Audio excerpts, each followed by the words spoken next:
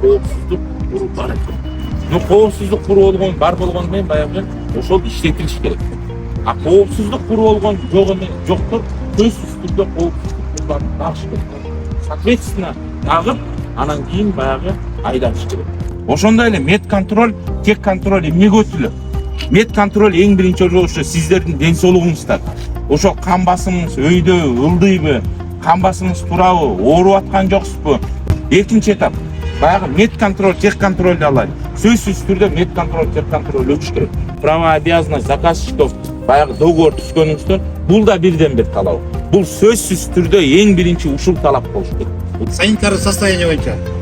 Санитарлык состояние боюнча ичин баштап тазалоо, эртең ар жагындай башталып турат. Алмаштырам. Ошол эртерээк камын көргүлө, дөңгөлөктөрдү. Бул бүгүнкү күндөгү Бишкек шаарындагы жол кырсыктарынын алдын алуу. Ошол жол кырсыктарынын ичинен өзгөчө жаш өспүрүмдөрдүн катышуусунда болгон жол кырсыктарынын алдын алуу. Бул жаш балдар биздин эртеңки келечегибиз.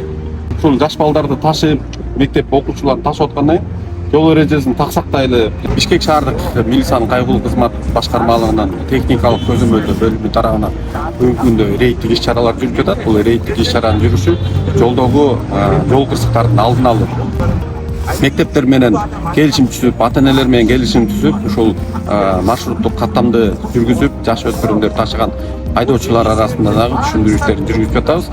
Жолдон кетип атканда ар кандай суучу болот. Астыңа бирөө тормоз тебет, же бала чуркап чыгат, же ит чуркап чыгат.